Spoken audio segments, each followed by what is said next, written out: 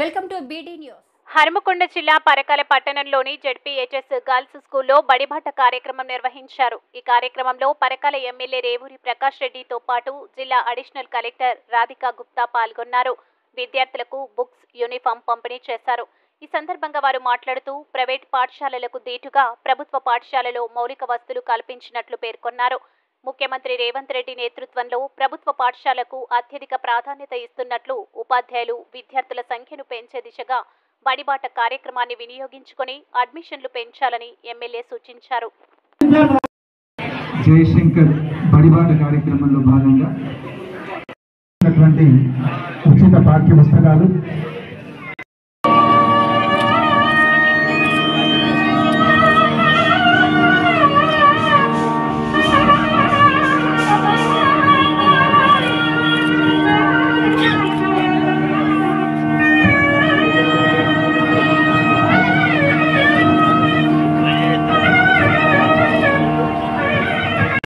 విధంగా పాఠశాల రిజల్ట్స్ వాటన్నిటికీ వెన్నుదన్నగా నిలిచి ఎంతో ఇన్స్పైర్ చేసి మన హన్మకొండ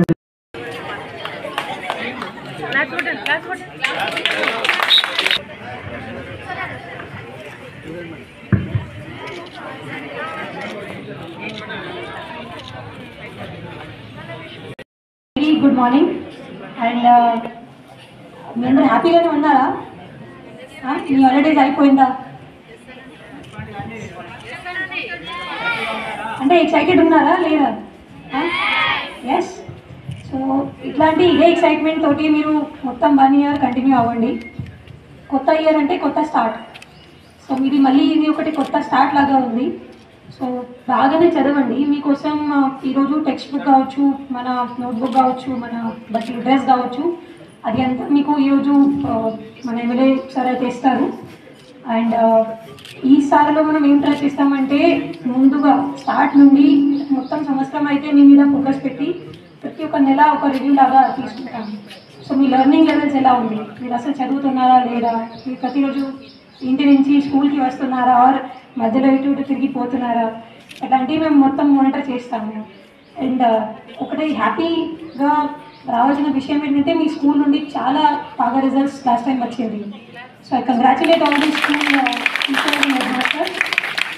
10th క్లాస్లో మనకు దాదాపు చాలామందికి 9+ అని వచ్చింది. సో అదేవిధంగా ఇప్పుడు 9 నుండి 10th క్లాస్ వరకు ఎంతమంది పోతున్నారు? ఎవరైనా ఉన్నారా? 40 members పోతున్నారు. సో మీ అందరి మీద కూడా అట్లానే మనకు ఎక్స్పెక్టేషన్ ఉంది. సో ఫస్ట్ అయితే I want you all to thank the government for giving you all the opportunities. మనకి బుక్స్ కావచ్చు, డ్రెస్ కావచ్చు, ఇన్ఫ్రాస్ట్రక్చర్ కావచ్చు, అన్ని విధంగా మధ్యాహ్నం భోజనం కావచ్చు, మధ్యాహ్నం టిఫిన్ అన్నీ అయితే మీకోసం ఏర్పాటు చేయడం జరిగింది.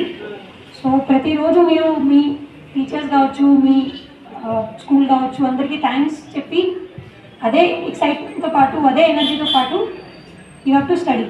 That is one thing I expect all of you, right? So with that, thank you very much. కారణం ఏంటి అని అంటే ప్రభుత్వ పాఠశాలల్లో బిల్డింగ్ సౌకర్యాలు ఉంటున్నాయి, మంచి మంచి నిష్ఠితులైన ట్రైనింగ్ పొందిన ఉపాధ్యాయులు ఉంటున్నారు. అయినా కూడా అనుకున్న స్ట్రెంత్ను మనము తీసుకురాలేకపోతున్నాం. ప్రధానోపాధ్యాయులు గారు ఇచ్చిన రిపోర్ట్ ప్రకారము 13 మంది టీచింగ్ స్టాఫ్ ఉన్నారు, రైట్? 13 మంది టీచింగ్ స్టాఫ్ ఉన్నారు అని అంటే వాళ్ళందరూ కూడా పోస్ట్ గ్రాడ్యుయేట్స్, అదేవిధంగా బిఎడ్ చేసిన వాళ్ళు, ఎంఎడ్ చేసిన వాళ్ళు, టెట్ చేసిన వాళ్ళు, అంటే ఒక ఉన్నతమైన విద్యను అనిపించిన వాళ్ళు ఉన్నా కూడా మరి అనుకున్న స్థాయిలో సంఖ్య వస్తలేదు అని అంటే ఒక నమ్మకం మనం కల్పించకపోవడం వల్లనే అని చెప్పి నేను అనుకుంటున్నాను. మనం ఇవాళ చూస్తున్నాము, సౌకర్యాలు కూడా చాలా మట్టుకు కల్పిస్తున్నాం మనం. ముఖ్యంగా ఉదయము అల్పాహారం పెడుతున్నారా? అల్పాహారం బాగుంటుందా? టిఫిన్లు లేదా మీ టీచర్లమ్మలు సార్లు తలకాయలు ఊపమన్నారా? ఏదంటే అది నిజమే చెప్తున్నారా? మీ టీచర్లు ఎక్కడ తింటున్నారు? మీతోటి తింటున్నారా? అయితే బాగానే ఉన్నదని నేను కూడా ఒప్పుకుంటాను. మధ్యాహ్న భోజనం పెడుతున్నారా? ఇప్పుడు పోయినసారి ఇదే బలి చదువుకున్నారు కదా మీరు అందరూ. ఏం పిల్లలు, మధ్యాహ్న భోజనం బాగుంటుందా? టీచర్లు టిఫిన్లు తెచ్చుకుంటారా? నిజమేనా? Good good. పిల్లలు దేవుళ్ళతో సమానం అంటారు, పిల్లలు అబద్ధం అంటారు, నిజమే చెప్తారు. చాలా సంతోషం. ఎందుకంటే మీరెంత పిల్లలతోటి మమేకమైతే వాళ్ళకంత ఒక కాన్ఫిడెన్స్ వస్తుంది, పేరెంట్స్ కూడా ఒక ధైర్యం వస్తుంది. అదేవిధంగా పేరెంట్స్ తోటి కౌన్సిలింగ్ కూడా చేయాలి అని చెప్పి సూచనలు ఉన్నాయి. మరి ఎంత మటుకు చేస్తున్నారో నాకైతే ఐడియా లేదు, కానీ ఎవ్రీ మంత్ ప్రైవేట్ పాఠశాలల్లో చేస్తున్నారు అని చెప్పి అంటున్నాం, కానీ మనము ఎందుకు చేయొద్దు అని ఆలోచించాలి. Every month every third Saturday parents తోటి మాట్లాడుతున్నారు. ఇవాళ చూస్తే వాస్తవంగా ప్రైవేట్ పాఠశాల అనేది ఒక ఫ్యాషన్ అయిపోయింది. పేరెంట్స్ అందరినీ విలువని ఉంటారు, ఎందుకంటే వాళ్ళు